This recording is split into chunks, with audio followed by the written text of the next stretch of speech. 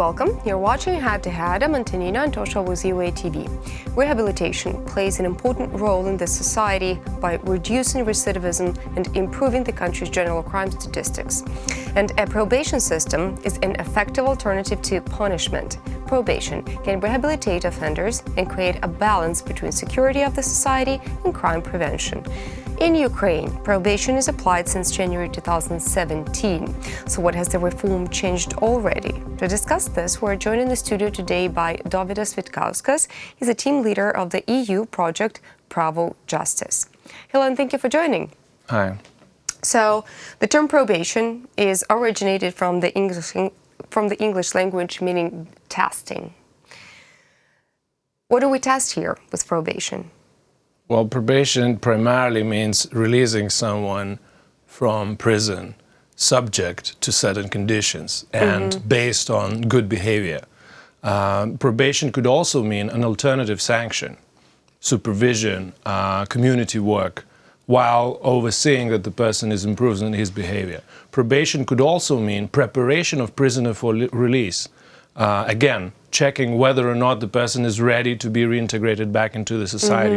At any cycle of the behavior of and supervision of the behavior of the criminal, we might deal with probation as such. But all in all, I think this means primarily keeping people out of jail at large, but supervising, monitoring them, and trying to help them to make amends and to change their behavior to be reinjected back into the society.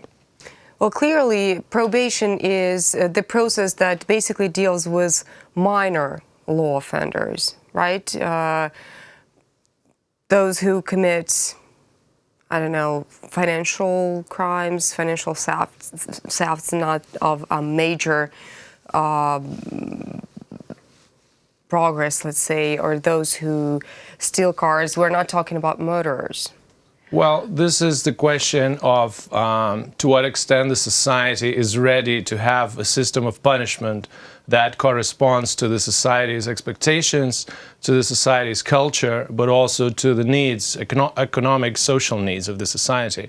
Modern societies deal with crime and with punishment in a delicate way.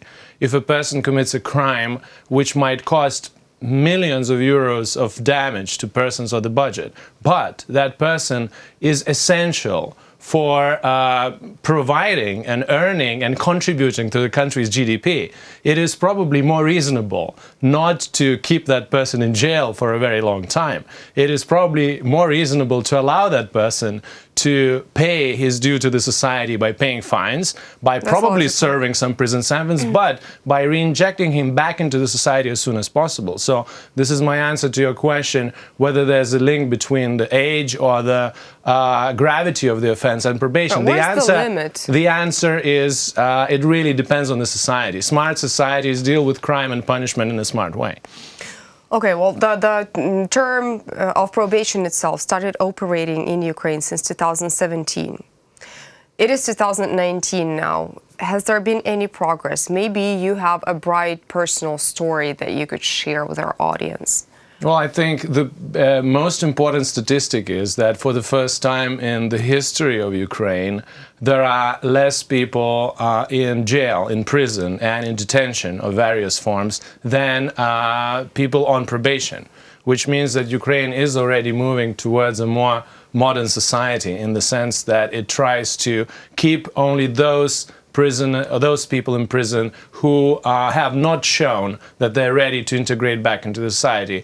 Keep only those who probably represent a higher risk of reoffending, a higher danger to the society if re-injected. So Ukraine is moving towards a more progressive approach and more modern approach in this respect, but of course it is still a long way to go, because if we look into most modern developed societies, the proportion of people in prison and on probation is much higher, meaning that there are many more people in probation at large, free, being supervised, monitored, rather than people being kept in jail. So I think the trend is positive, but Ukraine still has a lot to do to move forward and to join the family of more modern and more civilized approaches to dealing with crime. You mentioned that probation works three ways, right? It's an option for three situations. First of all, it's an alternative to incarceration. Second of all, it is a process of working with the person and getting it out of jail for good behavior. And the last one is of reintegrating former prisoners into society. Now, is the mechanism of work with law offenders in each of those three situations different, or is it the same? You have partly answered the question. The whole cycle in which probation applies requires participation of different players. It should be, first of all, the probation officers, trained probation officers, who need to work in supervising, monitoring, and trying to change the behavior. Social workers, who might be needed to help to reintegrate people in this, into the society, including religious organizations, for instance, who can play a very positive role in this respect. Local authorities are absolutely essential because you need to look for jobs for the people. One of the main reasons why people commit crime is socioeconomic conditions. Poor education contributes to that, but the primary ground almost always is poor socioeconomic conditions. So you need to look for jobs, you need to help people to try to find a job. And in this respect, you also need to work with the private sector. The private sector in Ukraine is still very hesitant in trying to take people who have just come out of jail. And of course, you need to work with employers to incentivize them, but also to explain that the risks are probably much smaller than they would think. What's the role of the probation officer in this whole mechanism? This is a very important player in the justice sector.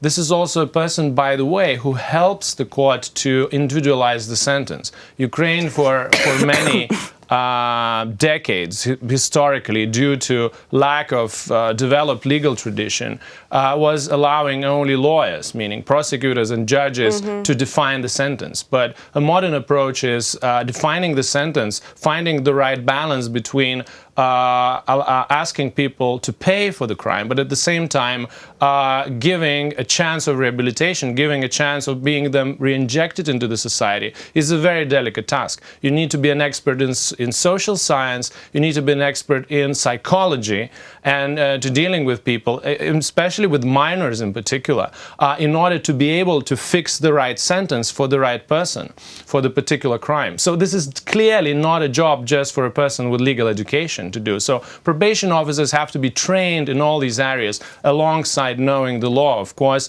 in order to help the judiciary in fixing the right sentence. This is called a pre-trial or pre-sentence report, a very important document which is already being used in Ukraine as a tool to help both prosecution and the judiciary in finding the right balance, in individualizing the sentence for a particular person for a particular crime.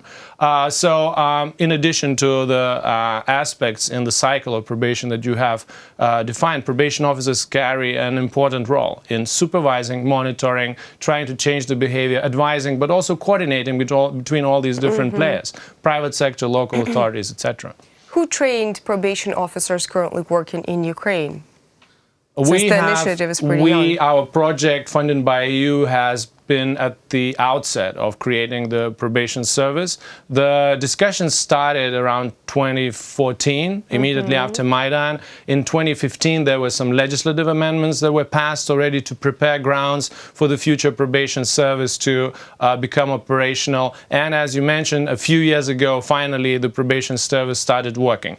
We're talking about 3,000 or so people who, some of them come from the prison service background, some of them come from other backgrounds. All these people have been trained, and also the institution has been built in a way to correspond to modern European practices and trends.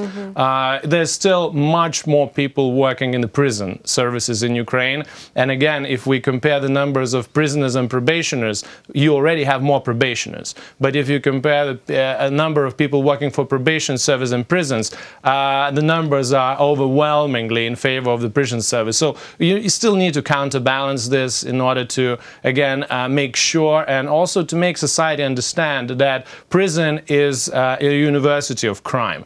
This is actually the place where people do not get corrected. This is the place where new crimes are being prepared.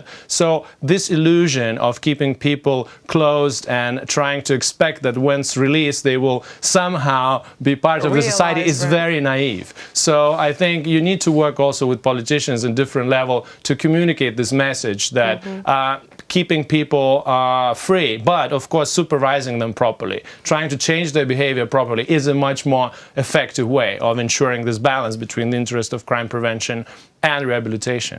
Well, probation services have worked for years already in European countries. Have they proved effective? Yes, absolutely. And the best statistic we have is the reoffending rate. People who are committing crimes regularly, who are cloned to and have a propensity to crime, are particularly an area which is very sensitive in this respect. And this is an area where really the society's objective is to try to minimize the damage and try to really prevent the reoffending. We have seen in all the countries that have applied probation that reoffending rates are falling when you're keeping people shorter in jail, when you're applying various rehabilitation programs, where you're involving private sector in order to help to find jobs, social workers, and probably also, as I mentioned, some informal non-governmental organizations, religious organizations. This is a concerted action, and when that takes place, then of course reoffending falls. Even in the most let's say, sensitive or difficult areas, such as, for instance, sexual crime. This is the crime where reoffending risk is always among the highest, because this goes down to the psychology and the underlying deep psychiatric, psychological problems that people have. But even in those areas, reoffending rates can be reduced with proper application of probation. Well, you've been working with PRAVO-Justice project that helped a lot in implementing the probation system in Ukraine. However, the project ends at 2020. What's next? Well, it's the end of 2020, so we still have more than a year to go. We have a very ambitious objective. In a way, one of the purposes for a project like ours is to find the right scope, find the right focus to really help Ukraine in those areas where we can see some tangible results, some quick wins or low-hanging fruit. We sometimes need to be able to prioritize. And of course, probation has been one of these priorities.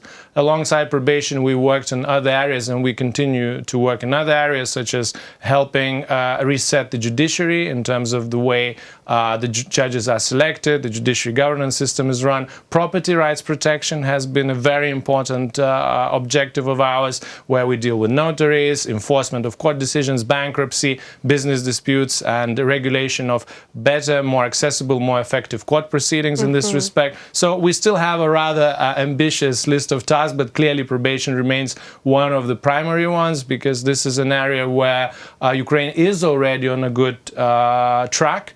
There's already some good traction, but we just need to make an extra push, including with politicians. As I said, this should not be neglected. Politicians should bring this message more in a more affirmative way, that probation and keeping people free actually serves better the overall objective to strike a balance between crime prevention and peace in the society.